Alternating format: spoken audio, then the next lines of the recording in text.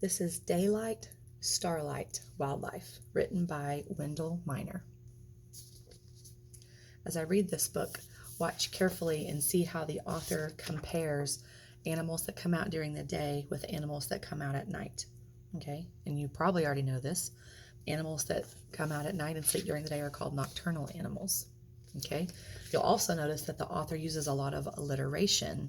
Alliteration is where the author uses the same beginning sound. I'm sure you've heard the example, Sally sells seashells by the seashore. So when you say that sentence, you can notice the S sound at the beginning of most of the words. There's a lot of that in this book. I really like. All right, here we go. The sun shines on earth, bringing light and warmth of day. Do you know these daylight visitors?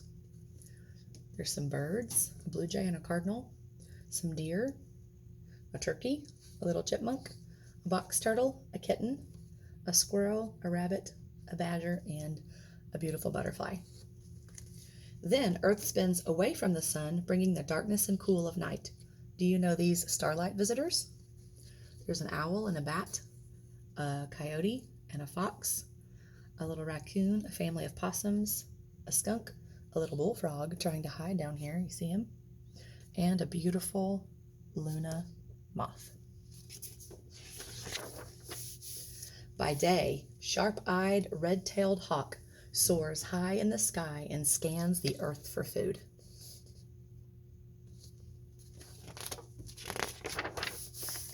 In the stillness of night, wide-eyed barn owl silently swoops through the sky. There was a little bit of alliteration. Silently swoops and sky. Look how big that moon is. These illustrations are great. So there's even a little shooting star. At dawn, Fluffy cotton-tailed rabbit and her kits hop into the field and hold still till all is safe. At night, pink-nosed possum plods through the field and forages for food with her family on her back. Did you hear that alliteration? I'll read it again. At night, pink-eyed possum plods through the field and forages for food with her family on her back. So at the beginning of the sentence, lots of P-sounding words, and at the end, it was more words that started with the F sound of F. Alliteration is a great way to get your readers to really dive into your book. All right, look at this beautiful one. It says, a bright tiger swallowtail butterfly floats and flutters in the summer sunshine. Named for the moon, luminous Luna moth only comes out at night. So we have a daytime butterfly and a nighttime moth. They're both so beautiful. Graceful white-tailed deer finds her fawn hiding in the flower-filled field. That was a lot of alliteration. On a frigid night, remember frigid would mean cold. On a frigid night, crafty red fox carefully listens, then crouches and quickly pounces. Look what he's going after. Look at this little guy running for dear life. He might be in trouble though. I think the fox might catch him. Chubby Mother Woodchuck and her cubs waddle out to munch in the meadow. Fearless Mother Skunk leads her litter through the field to find a midnight snack. So day animals compared to nighttime animals. Daylight and starlight.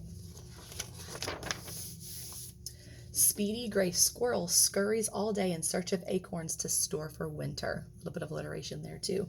He's got one in his mouth. Check out this guy. Flying squirrel glides gracefully from tree to tree through the starlit night. As you can see, the sun is starting to come up, starting to rise.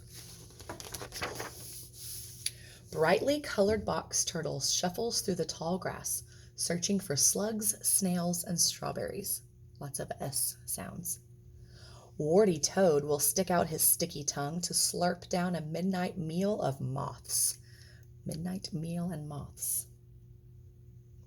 My classroom light just went off. Good thing I'm sitting by the window. Small striped chipmunk perches on a pumpkin to fill his cheeks with goodies from the garden. You can tell what he's sitting on, right? A pumpkin that's got two eyes must be a jack-o'-lantern. Sprightly deer mouse scampers down a log and finds a firefly. Isn't it cute? He's so tiny. As the sun rises, Stealthy Bobcat and her kitten scope out the summer landscape. Look at that detail. Wow. So cute. Those beautiful eyes. On a cold winter's night, Clever Coyote howls beneath the stars to call to his pack. Clever Coyote reminds me of the other story that we read earlier today for math. Coyotes all around. Colorful red cardinal welcomes the sunrise with a sweet song.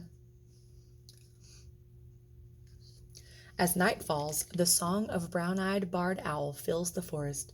Woo-hoo, woo-hoo, woo-hoo. Wise owl. As our world turns from night to day, critters big and small come and go. While you're resting, are raccoons racing by under the cover of night? Who knows what the light of morning will bring? Look and listen.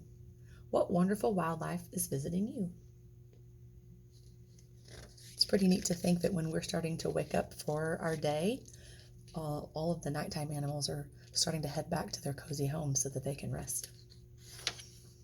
And then these are fun facts about all the different animals that are in the book. This is another book that'll be available to you whenever you come back to school in person so that you can look at it yourself and read through it and look at all the interesting facts. And here's the last page. It's got another picture of the daytime butterfly and the nighttime moth, the Luna moth.